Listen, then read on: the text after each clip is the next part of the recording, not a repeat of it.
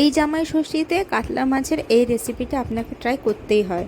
বিশ্বাস করুন, সবাই আঙুল চেটে খাবে। বন্ধুগণ, welcome back to my channel. আর আজকে আমরা বানাতে চলেছি কাতলা মাছের কোরমা। যে কোনো অনুষ্ঠানে কিংবা বাড়িতে কোনো গেস্ট আসলে আপনি চটজলদি কিভাবে এই রেসিপিটা বানাবেন সেটাই আজকে আমি এখানে শেয়ার করতে চলেছি।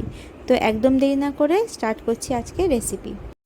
এখন আমি 3 পিস কাতলা মাছ নিয়েছি। এটাকে সবার প্রথমে 1 চামচ আদা রসুন জিরে বাটা, ঝাল লঙ্কার গুঁড়ো, স্বাদমতো হলুদ গুঁড়ো, লবণ এবং 1 চামচ সর্ষের তেল দিয়ে আমি মাছটাকে মেখে রাখবো। এপিট ওপিট করে মাছটার গায়ে চারিদিকে মশলা লাগিয়ে নেব এবং এটাকে আমি এখন 15 মিনিটের জন্য রেস্টে রেখে দেব। পাশাপাশি এখানে বেরেস্তার জন্য একটা বড় পেঁয়াজকে স্লাইস করে কেটে নিয়েছি। ছোট পেঁয়াজ নিয়েছি, এটা ডাইরেক্টলি তেলে যাবে। আর একটা বড় পেঁয়াজকে আমি এখানে রাফলি কেটে নিয়েছি, এটার আমি পেস্ট বানিয়ে রেখে নেব। পাশাপাশি নিয়েছি এখানে 5 থেকে 6টা কালো মরিচ, 5টা সাদা মরিচ, 3টে সবুজ এলাচ, 2টো লবঙ্গ আর 1 টুকরো কাঠ। আর লাগছে প্রায় হাফ ইঞ্চি আদা, 3টে রসুনের কোয়া আর 3টে কাঁচা লঙ্কা, প্রায় 10টার মতো আমন্ড, 5টা কাজু বাদাম আর চিনির পরিবর্তে আমি এখানে ব্যবহার করছি কিশমিশ। এই সব কিছুকে আমি কিছুক্ষণের জন্য জলের মধ্যে ভিজিয়ে রেখেছিলাম। এখন তেলটা খুব ভালোভাবে গরম হয়ে গেলে আমি মাছটাকে এর মধ্যে একে একে অ্যাড করে ভেজে নেব। পাশাপাশি আমি এখন পেঁয়াজের বেরেস্তা রেডি করে নেব। এর জন্য কড়াইয়ের মধ্যে আমি 3 চামচ রিফাইন্ড অয়েল আর 1 চামচ ঘি অ্যাড করেছি। এর মধ্যে পেঁয়াজটা দিয়ে আমি এটাকে বেরেস্তা করে সাইডে রেখে নেব। এখন পাশাপাশি বাকি প্রিপারেশনটা করে নেব। এর জন্য প্রথমে একটা গোটা পেঁয়াজকে আমি বেটে সাইডে রেখে নেব। এখন সেম ব্লেন্ডারে আদা রসুন ও কাঁচা লঙ্কা দিয়ে একবার ঘুরিয়ে নিয়ে কিছুটা ধনেপাতা অ্যাড করে দিচ্ছি, এটাও পেস্ট বানিয়ে নেব। এখন বাদাম ও কিশমিশটাকে ব্লেন্ডারে দিয়ে সামান্য জল অ্যাড করে এটাও আমি পিষে রেখে নেব। এখন মাছটাও ভাজা হয়ে গেছে, দেখতেই পাচ্ছেন আমি খুব কড়া করে ভাজিনি। খুব কড়া করে ভাজবেন না, মাছের গায়ে হালকা হালকা দাগ আসবে, সেই সময় ফ্লেমটা অফ করে দেবেন। এখন মাছটাকে দেখে মনে হতে পারে আপনার যে মাছটা এখানে পুড়ে গেছে, তা নয়। যেহেতু এখানে আদা রসুন জিরে বাটার পেস্ট ইউজ করেছি তাই কালারটা এরকম এসেছে।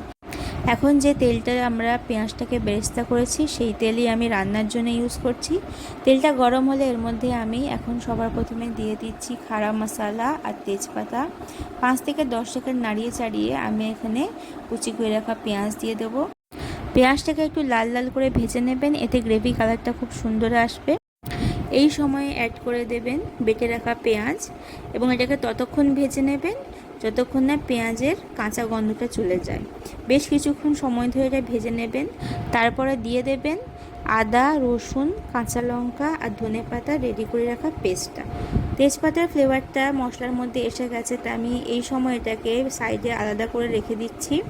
আর এখন আমি মশলাটা কষিয়ে নেব যতক্ষণ না আদা রসুনের কাঁচা গন্ধটা পুরোপুরি চলে যায়। এখন দিয়ে দেবো এর মধ্যে 1 টিস্পুন ধনে জিরে গুঁড়ো, হাফ চা চামচের মতো ঝাল লঙ্কার গুঁড়ো, দেবো একটু গোলমরিচের গুঁড়ো আর সামান্য একটু হলুদ গুঁড়ো, ভাতে ভালো রঙটা আসবে। এখন মশলাটাকে কিছু সময় ধরে আমাদের কষিয়ে নিতে হবে। তারপরে এখানে প্রায় 1 কাপ ফেটিয়ে রাখা টক দই অ্যাড করে দিচ্ছি। এই সময় ফ্লেমটা থাকবে একদম লো এবং ততক্ষণ কষাবেন যতক্ষণ না দই থেকে পুরো জলটা শুকিয়ে গিয়ে এরকম বাবলস আকারে দই থেকে তেলটা ছেড়ে দিচ্ছে। এই সময় আপনি অ্যাড করে দেবেন বেটে রাখা বাদাম ও কিশমিশ এবং তার বাটি ধোয়া জলটাও এই সময় দিয়ে দেবেন।